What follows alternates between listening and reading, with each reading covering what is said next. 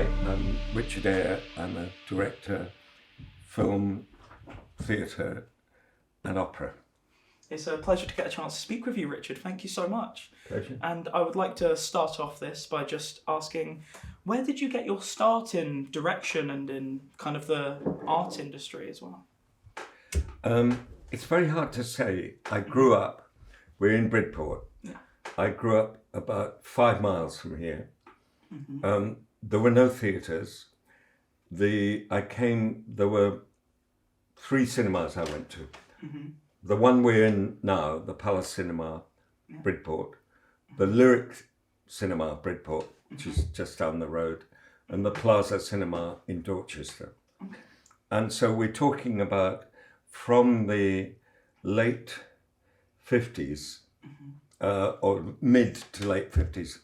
I was born in 43, so, oh God, I was a teenager in the late 50s. Okay. I saw a lot of films. There was no theatre in Dorset.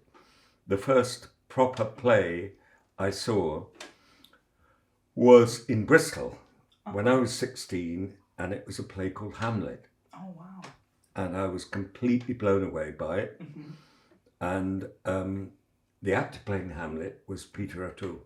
Oh, wow. And so that was a sort of epiphany. That was when I started to get interested in theatre, and I'd sort of always been interested in film. But then I went to university to read sciences, but then I had to admit my maths wasn't good enough. So I changed to English literature, where all you had to do was read books. And I got passionately interested in theatre and films. Oh, wow. And when I left university, I became an actor. And it took me about 3 years to admit to myself I wasn't good enough. And I got together some actors to direct a production in the theatre, a Sunday night production, and from that came offers to direct. And it wasn't, I directed a short film at university, and no theatre. And it wasn't until late in the 70s, when I was running a theatre in Nottingham, that I got a job offer out of the blue to be producer of the BBC's Play for Today, which was the sort of principal drama outlet, contemporary drama on the BBC. And I said, in a very sort of cocky way, I said, yeah, I'll do it, but I also want to direct. Yeah. And so that's what I did. 1978, I went to the BBC, and my first film was, I think I directed 2 years later, was written by Ian McEwan. Oh, wow. Okay. And it was called The Imitation Game. And there was a terrible film made about 20 years later. Terrible film. Our film, and the title comes from Alan Turing, the great computer, responsible for really part of the genesis of computing. Yes. Anyway, so I did that, but I was at least smart enough to employ some very good directors.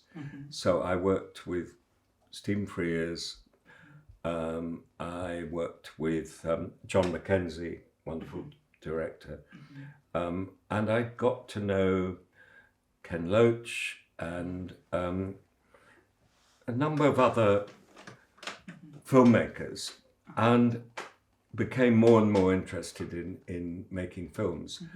And I did films for television for a few years in the 80s. I directed a film called Country, and I directed a film about the Falklands War called Tumbledown, which was a huge fuss. This was 86, 87, so 5 years after the Falklands War. And there were questions in Parliament, and the Daily Mail were putting it on the front page about horror, shock horror, Falklands film. Actually, it wasn't a massive direct indictment of the decision to go to war. It was much more a film about going to war in general. Yeah. It was about soldiering. Anyway, that was 86, 87. And then I took over National Theatre. So for 10 years, I didn't direct a film. Oh, wow. And then when I came out, I thought, will I ever work again? And I made a film called Iris, which was very successful. And so that's not really answering your question, but that's okay. I had no formal training. And in a way, working in the theatre is the worst possible training for film, because in the theatre you always have a fixed point of view, whereas in film, by definition, you have the ability to constantly change the point of view, the speaker, the sound, the music, and the director is much more the maker of the event than in the theatre. The one thing you do have in common is understanding storytelling and understanding how to work with actors, which is immensely valuable. Yeah, of course. Wow, I must say you answered pretty much all my questions I Oh, had about right. your past. Okay. That was amazing. Obviously, you said you've worked in theatre and film, but you've also mentioned you've worked in directing opera. Yeah. How was that as an experience? Because I've not actually had a chance to ask about that with anyone. I was very, very prejudiced against opera, because I thought this is an inferior sort of theatre, because it's so unreal, and this is in spite of the fact I directed musicals, but somehow opera seemed to me like sort of as remote as kabuki. And then I thought, this is so stupid, because this is like blaming an apple for not being an orange. And that opera has its own truths and its own rules, its own coordinates. And I was persuaded. The first opera I directed was La Traviata, Verdi's La Traviata, with a great conductor called George Schulte. And one of my conditions was to say we must have a very young soprano. And so we had Angela Gheorghiu, and overnight she became a star. Wow. And she was remarkable. And then I did opera in France, and I've done 4 operas in New York at the Metropolitan Opera, Carmen and Marriage of Figaro and Werther, which is a Massenet opera, and Manon Lescaut, which is Puccini. And I've loved doing opera, and sort of, I kind of love whatever I do, and I don't feel, although I might go from opera to directing a film, I don't feel in any medium, oh, I wish I was doing an opera. I wish I wasn't with a film crew. I wish there weren't 50 people in the room when I'm doing this very, very quiet scene with 2 actors. You just accept the condition, the context, and try and do your best and be truthful. Wow, that's amazing. I love the fact that you kind of have, throughout your career, had such a variety and such a range of different kind of film, theatre and opera. Is that kind of something you kind of fell into on purpose for the variety? Or I slightly balk at when people talk about career. I think, what career? Who's ever had a career? Only retrospectively. I've never planned any. I never thought I never thought I would become a director. I never thought I would run a theatre. I never thought I'd run the National Theatre. I never thought I'd win. I'd do movies that won awards. I never thought I'd do movies. I never thought. So it's all, and I've written books, and I never started off thinking, oh yes, I want to write books, I want to direct movies, I want to do it. It's just, so when people say I'm planning my career, I think, hang on, are you a banker? But you're certainly not working in the arts, because you live from one piece of work to the next, and one opportunity to the next opportunity. That's a really admirable kind of stance to take on it, almost kind of like living in the moment of each piece that you kind of get to craft. I think that's right. Yeah. And you're lucky if you get the opportunity, another opportunity, and it's harder and harder these days.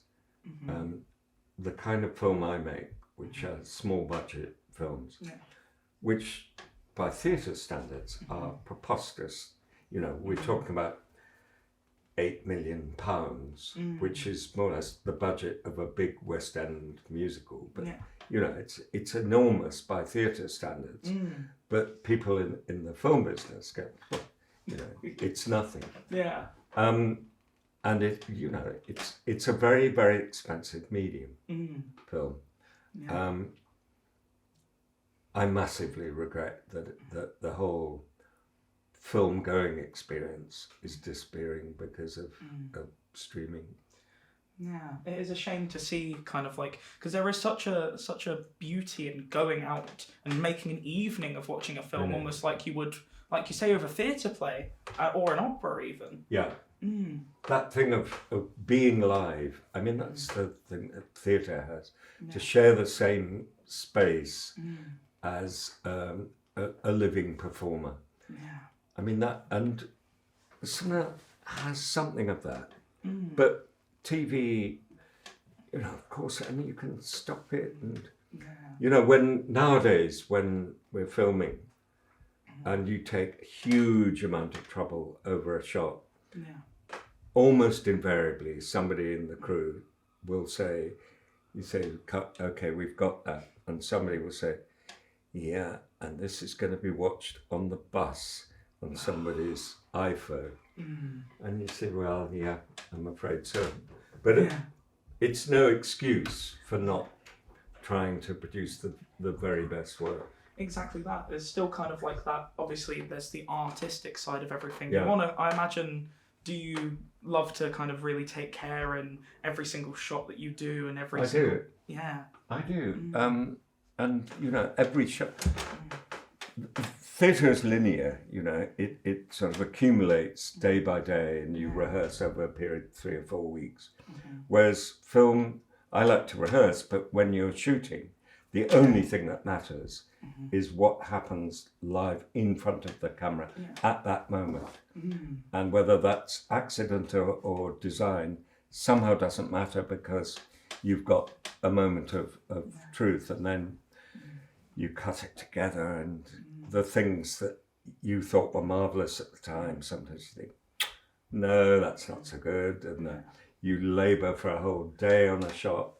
Then in editing, halfway through, you think, no, I don't know why we bother, because you don't need that, and you don't know, you can't second guess with film. But that's part of its excitement.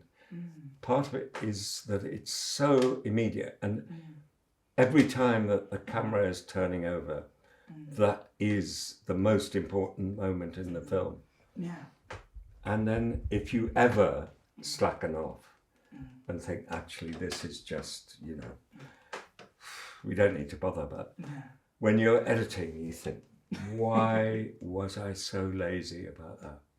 So you have to care intensely at every moment, and you have to drive everybody absolutely insane by saying, no, we must do that again because it's not quite right. Yeah, I mean, it definitely shows that mindset in the films that I've seen of yours, where every single shot has so much purpose and meaning behind it, and it's really appreciated that you do that. And I'm really excited to watch Alleluia, obviously, this recent film as well.